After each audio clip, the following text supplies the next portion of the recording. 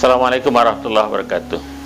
Pendengar Pro 3 RRI dan pemirsa RRI Net yang dimuliakan Allah.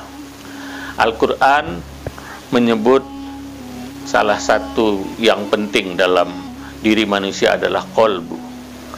Kolbu sebetulnya dalam bahasa Arab artinya jantung, tetapi orang Indonesia selalu mengartikan kolbu dengan hati. Sebetulnya menunjuk kata hati dalam Al-Quran itu tidak kita temukan, karena kata hati itu dalam bahasa Arab artinya disebut dengan kabid. Kita nggak menemukan kata kabid di dalam Al-Quran. Nah, relevansinya dengan ajaran Islam apa? Dalam Islam, kolbu itu sebagai pusat dari pengendali perilaku manusia, pola berpikir dan lain-lain. Kalau kolbunya atau jantungnya baik, maka seluruh aktivitas anggota tubuhnya menjadi baik. Tetapi kalau kolbunya sakit, rusak, maka seluruh aktivitas kehidupannya menjadi sakit juga. Nabi kita sallallahu alaihi wasallam bersabda, "Inna fil jasadi mudghah, idza salahat salahal jasadu kulluh, wa idza fasadat fasadal jasadu kulluh." Ada sekepal daging di dalam tubuh manusia. Sekali lagi, di dalam tubuh manusia, kalau sekepal daging ini baik, maka baiklah seluruh aktivitasnya.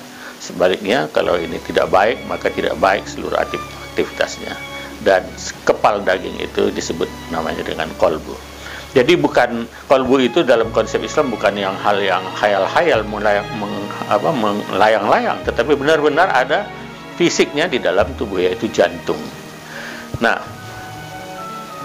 dalam konteks ini Al-Quran menggambarkan orang yang jantungnya sehat, baik, sejahtera, tidak terganggu, maka dia akan selamat di akhirat nanti.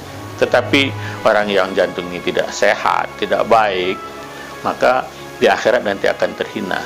Nabi Ibrahim berdoa, "Wala tukhzini yauma yub'atsun yauma la yanfa'u malun wala banun illa man atallaha biqalbin salim." Ya Allah, jangan hinakan aku nanti di hari kebangkitan, yaitu hari kiamat, di mana harta dan anak tidak bisa lagi diandalkan, tidak berguna lagi, kecuali mereka yang datang bersimpuh menghadap Allah Qadir Rabbul Jalil dengan mengatakan bahwa jantungnya sehat. Nah, jantung sehat ini orang berpendapat hanya sekedar fisik, padahal tidak. Saling ada interaksi antara jantung yang bersifat fisik dan yang non fisik. Nah, kalau jantung yang bersifat non fisik tidak sehat, maka yang bersifat fisik juga menjadi terganggu. Kalau tergangguan ini terus menerus, maka orang tersebut akan mengalami sakit jantung, dan kalau itulah yang akan membawanya nanti pada akhir hidupnya, dan terutama sakit jantungnya itu karena faktor-faktor cara pandang hidup yang tidak benar, maka ini orang sangat dikhawatirkan berisiko negatif di akhirat nanti. Karena itu kita harus berusaha bagaimana supaya jantung kita ini sehat secara fisik dan sehat juga secara non fisik. Bagaimana supaya sehat secara fisik? Pertama, tentu dijaga makanan, minuman, dan gerakan-gerakan tubuh yang bisa membuat jantung kita menjadi sehat. Tetapi yang lebih penting dari itu adalah harus sehat jantung yang bersifat non-fisik. Jantung yang bersifat non-fisik itu baru sehat kalau kita ikuti aturan-aturan agama.